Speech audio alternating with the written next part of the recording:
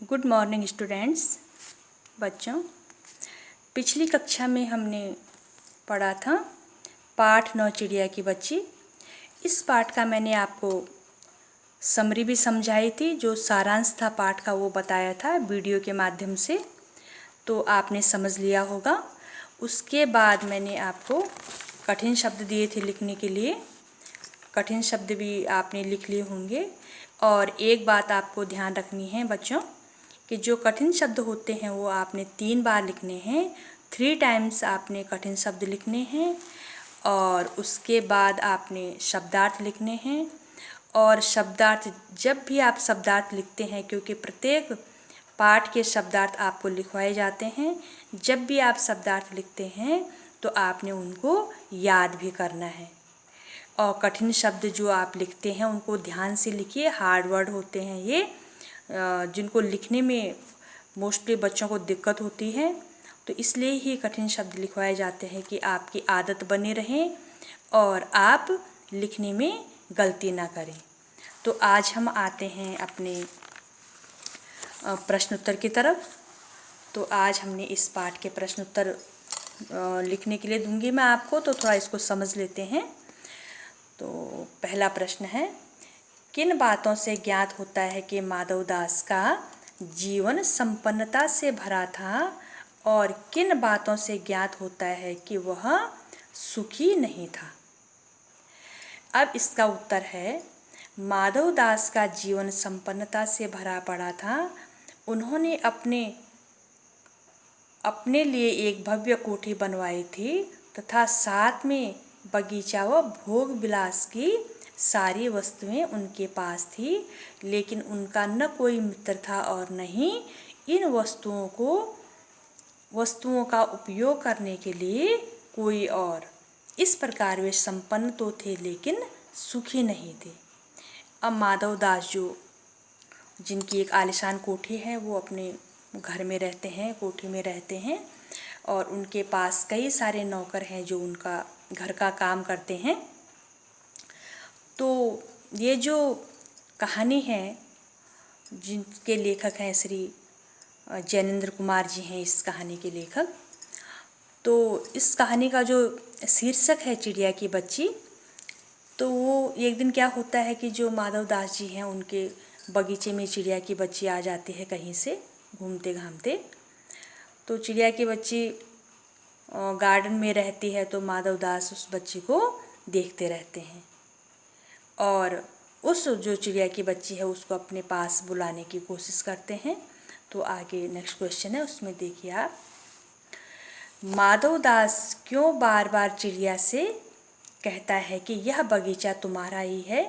क्या माधवदास निस्वार्थ मन से ऐसा कह रहा था? स्पष्ट कीजिए। माधवदास अपने स्वार्थ के कारण ऐसा कह रहा था कि यह बगीचा तुम्हारा ही है। वह अपना मन बहलाने के लिए चिड़िया को पिंजरे में कैद करना चाहता था। उसने कहानी के अंत में चिड़िया को कैद करना चाहा, परंतु चिड़िया उड़ गई। अब देखो, जो माधवदास जी का बगीचा है, तो उस बगीचे में एक चिड़िया आती है। तो माधवदास जी पहले उस चिड़िया को देखते रहते हैं, उसके बाद वह चिड़िया से बातें करते हैं। चिड़िया को कहते हैं कि यह जो बगीचा है, ये सुंदर बगीचा, ये तुम्हारे लिए ही है। मैंने यह बगीचा तुम्हारे लिए ही बनाया है और तुम इस बगीचे में ही रहोगे और तुम अपना समझ के इस बगीचे में रहो। लेकिन चिड़िया क्या है, वहाँ रहना नहीं चाहती है, क्योंकि जो पशु पक्षी होते हैं बच्चों, उनको स्वच्छंद जीवन पसंद होता है। वो किसी भी प्रकार के किसी के बंधन में नहीं रहना चाहते हैं।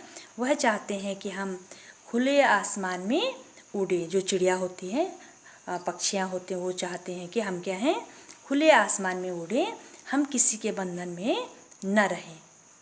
तो नेक्स्ट क्वेश्चन की तरफ आते हैं हम। माधवदास के बार बार समझाने पर भी चिड़िया सोने के पिंजरे और सुख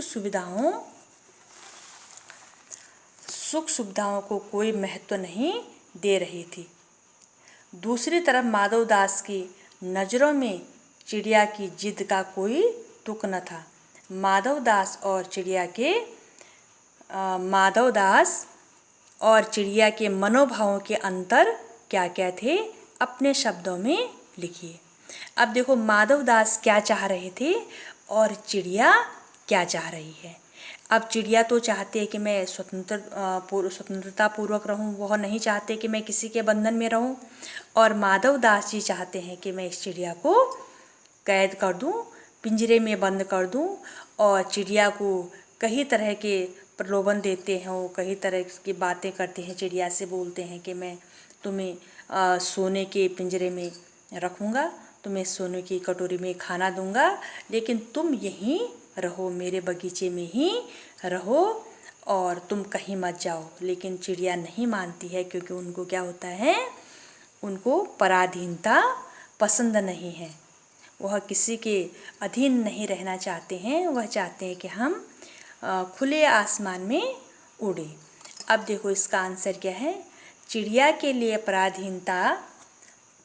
पराधीनता के प्रलोभन से अच्छा स्वाधीनता है।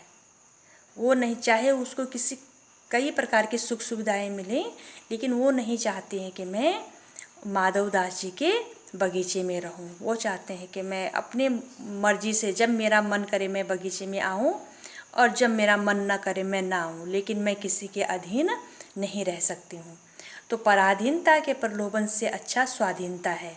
इसलिए वह सोने चांदी को महत्व नहीं दे रही थी, क्योंकि माधव दास जी ने कहा था कि मैं तुम्हारे लिए सोने का पिंजरा बनवाऊंगा, तुम्हारे लिए सोने की कटोरी में खाना दूंगा, लेकिन वह इन सब चीज़ों को कोई इम्पोर्टेंस नहीं दे रही थी, कोई महत्व नहीं दे रही थी। कौन? चिड़िया। वही माधव दास के लिए संपन्नता ही खुशी व आनंद की अनुभूति थी। माधव दास जी के लिए तो जो उनका सब कुछ था उनके पास, आलीशान कोठी थी, घर में कई प्रकार के वस्तुएं थी, कई प्रकार की चीज़ें थी, नौकर चाकर थे, तो वो तो उसमें ही आनंदित हो रहे थे। लेकिन जो चिड़िया थी उसको ये सब चीज़ें पसंद नहीं थी। वह भव्य महल और सोने चांदी के साजो सामान से अर्थात आभूषण से चिड़िया को खुश करना चाहते थे, परंतु चिड़िया को इन सभी वस्तुओं का कोई मोल न था। चिड़िया इन सभी चीज़ों को कोई इम्पोर्टेंस नहीं दे रही थी। उसने माधव दास जी ने उसको कई प्रलोभन दिए, कई लालच दिया कि तुम यहीं रहो, लेकिन उसको ये चीज़ें बिल्कुल भी पसंद नहीं थी। अब आगे आते हैं। अब नेक्स्ट क्वेश्चन है, माँ मेरी बाट देखती होगी। नन्ही चिड़िया बार बार इस बात को कहती है। आप अपने अनुभव के आधार पर बताएं कि हमारी ज़िंदगी में माँ का क्या महत्व है। हमारे जीवन में माँ का बहुत महत्व है। माँ हमें जन्म देती है। माँ कई तरह का दुख सहकर बच्चों का पालन पोषण करती है। वह स्वयं कष्ट सहकर बच्चों को सुख देना चाहती है। माँ के बिना जीवन की कल्पना निरर्थक है। अब देखो, जब वो जो चिड़िया की बच्ची है उनके गार्डन में है, बगीचे में माधव दास जी के, तो वहाँ पर जब वो खेलती है, माधव दास जी उसकी तरफ देखते हैं तो उसको लगता है कि कुछ गड़बड़ है, कहीं ऐसा ना हो कि ये मुझे पिंजरे में बंद कर दें। तो चिड़िया के लिए वो चीज़ें कोई महत्व नहीं रखती हैं, कोई मतलब अच्छा, चाहे अच्छा बगीचा हो, चाहे अच्छा गार्डन हो, कुछ भी हो, लेकिन उसके लिए उसके कोई इम्पोर्टेंस नहीं है। वह चाहती है कि मैं यहाँ से अब अपनी माँ के पास चले जाऊँ। वो अपने माँ के पास जाना चाहती है, और उसी के आधार पर कहा गया कि माँ का क्या है, हमारे जीवन में बहुत महत्व है। जब वो वहाँ से उस बगीचे से गई, उस गार्डन से गई अपनी माँ के पास, तो वह अपने माँ के सीने पर चिपक गई। कौन? वह चिड़िया की बच्ची। उसको लगा कि कहीं मैं अपने माँ के पास आ गई और कहीं ऐसा ना होता कि माधव दास मुझे पिंजरे में बंद कर देता। अच्छा हुआ कि मैं अपने माँ के पास आ गई। तो उसी के आधार पर यह आंसर है। अब है, इस कहानी का कोई और शीर्षक देना हो तो आप क्या देना चाहेंगे। आप देखो, इस कहानी का जो और शीर्षक है, अभी तो इसका शीर्षक है चिड़िया की बच्ची, लेकिन हम दूसरा शीर्षक देना चाहेंगे तो जैसे हो गया नन्ही चिड़िया, भी हम दे सकते हैं इसका दूसरा शीर्षक, और माँ की याद में भी हम दे सकते हैं, और स्वच्छंद चिड़िया भी हम इसका शीर्षक दे सकते हैं।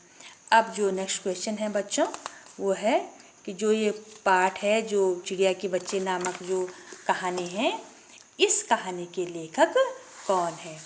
तो इस कहानी के लेखक हैं श्री जैनेंद्र कुमार जी। श्री जैनेंद्र कुमार जी इस कहानी के लेखक हैं। तो बच्चों, आपने इसके क्वेश्चन आंसर समझे। वैसे मैंने सारांश में आपको सब कुछ बता दिया था, जो मैंने पाठ का सारांश बताया था। तो अब आपने ये क्वेश्चन आंसर लिखने भी हैं और इनको याद भी करना है। और यदि आपको किसी भी प्रकार की कोई परेशानी होती है, कोई दिक्कत होती है, तो आप मुझे कॉल कर सकते हैं या मैसेज कर सकते हैं। धन्यवाद।